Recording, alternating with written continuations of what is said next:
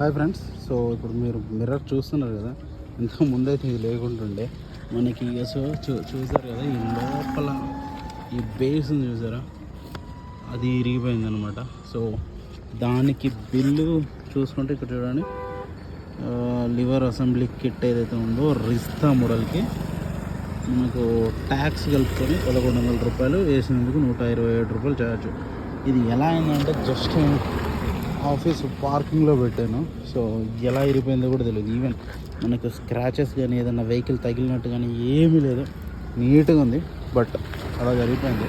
So బండ్లో ఎవరైనా ఉంటే మాత్రం కొంచెం క్వాలిటీ అయితే నాకు ఇష్యూ అనిపిస్తుంది.